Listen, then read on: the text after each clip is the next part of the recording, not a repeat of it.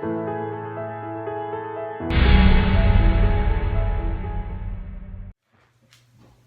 coaches, how are you doing? My name is Coyte Cooper. I'm the coordinator of the Best of Brand Awards, also the author of Impressions and a motivational speaker now. And I've had the opportunity to work with so many coaches over the past few years on just branding and marketing programs. And it's been remarkable to see coaches kind of respond to this and get out and to brand and to position their programs in a way that I truly believe is growing the sport. And you know, we came upon this about 5 years ago where Mike Moyer and Pat Tossi invited me down to the convention to come and do some presentations on social media marketing and just branding. And I didn't know what to expect when I first started, but was just amazed at the response from coaches and just see them all just go out and just really get after it. And you know, not too long after that, we decided to start the Best of Brand Awards. You know, Mike Moyer really wanted to be able to grow our sport, and when we talked about this, he said, let's do it. And what the Best of Brand Awards are is they're essentially awards to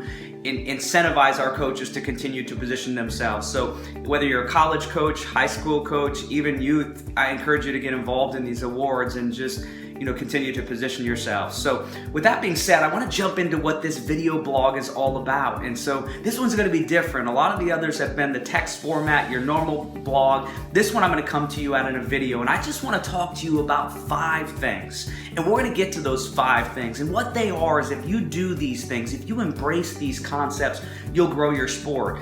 And I know that we have a variety of different coaches, that are going to watch this. And so the first thing I would say is this: is the thing I love about branding is branding has so many implications in so many ways that can impact your program. Just going through the branding process of identifying values and what you want to be about has a way of just making your team more cohesive, making you more competitive, making your guys come together for a common vision. That's one of the most important parts of branding. But beyond that, you can go out and you can just create all kinds of energy around your program. So whether it's attendance, whether you want to have more people on your team, whether it's more people at your matches or more fundraising, or just people have a more positive image of what you're doing.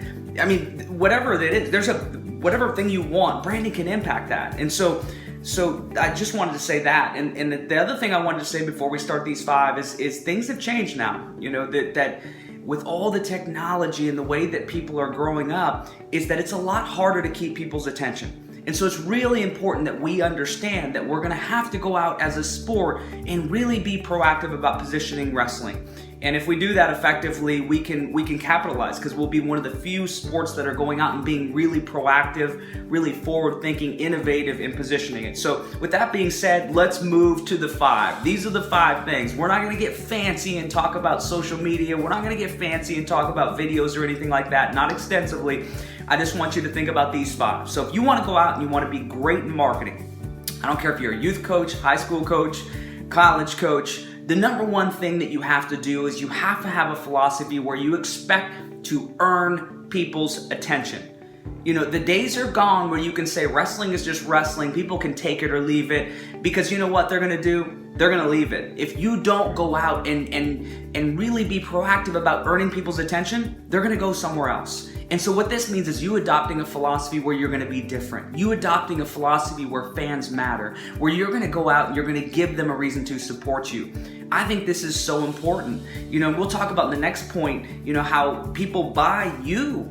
That they'll respond to your message and stuff, but they first buy you. And so get out and expect that. Want to go out and create energy around your program. And that leads us to number 2. I truly believe that branding, all forms of branding, whether you're Apple, whether you're Zappos, whether you're South Dakota State, whether you're Penn State, Iowa, I don't care what it is, it's all about creating energy. And this comes in different forms, but I'm going to tell you this. It starts with you as a coach. In the room, you're the one who establishes energy. When it comes to your program culture and the way that you brand it, it starts with you. If you're not excited about what you're doing, never expect other people to be excited about it. You've got to create that energy.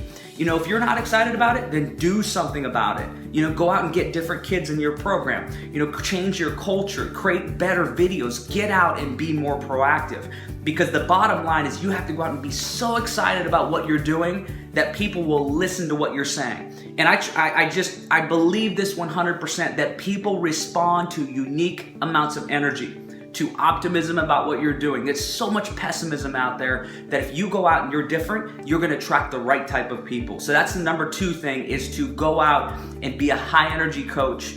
Get your athletes to buy into that and be excited about what you're doing. And I'll leave you with one last thing. I love this philosophy by Brian Smith. It's a lot like the legendary Bill Veeck, and it's this.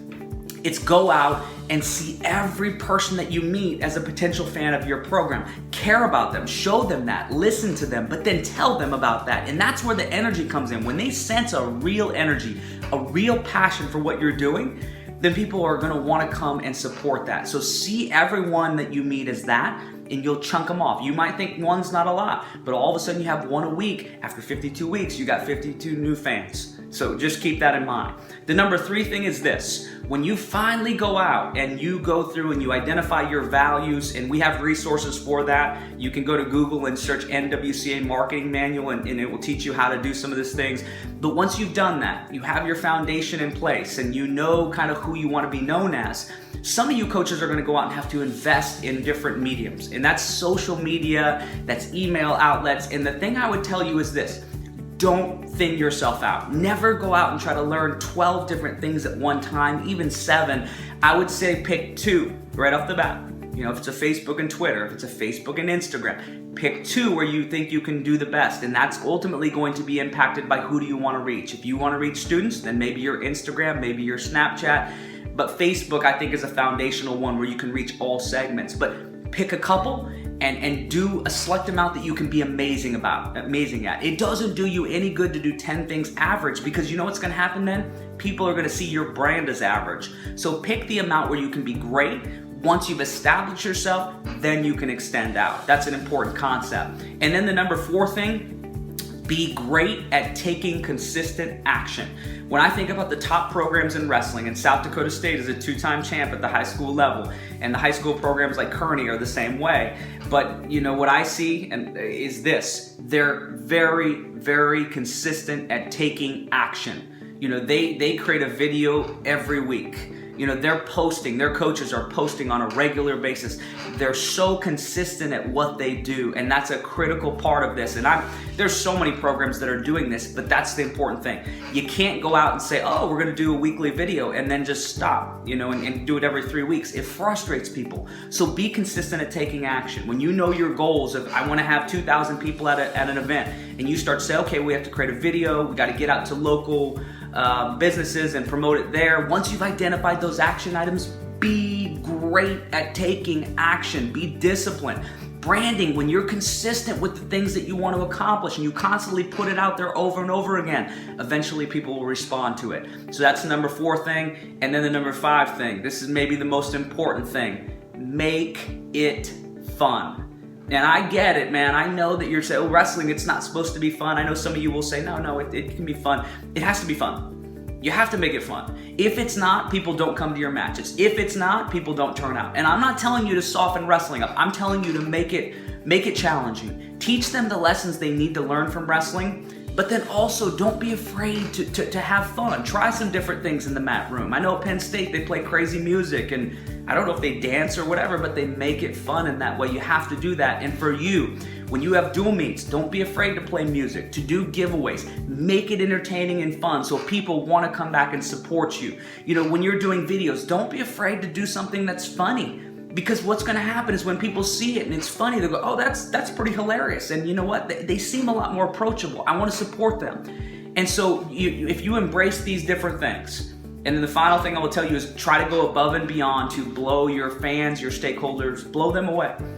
Blow them away by how much you care about them, about how much you try to deliver quality content to them. And when you package all these things together, you'll have something great. You really will. And so that's the video blog that I have for you. I hope it's really useful. The one thing I would tell you is this: take advantage of the resources the NWCA has put together. They have some great manuals that you can use. I would say every single coach here should be down at the convention. You have amazing people. I love getting to interact with coaches down there. Some of the top coaches in the country will sit down and chat with you. You should be there. So make sure that you get there, get the Scholastic Manual, start to develop your program, and let me know if you have any questions. Have an awesome week. Can't wait to grow wrestling with you this year.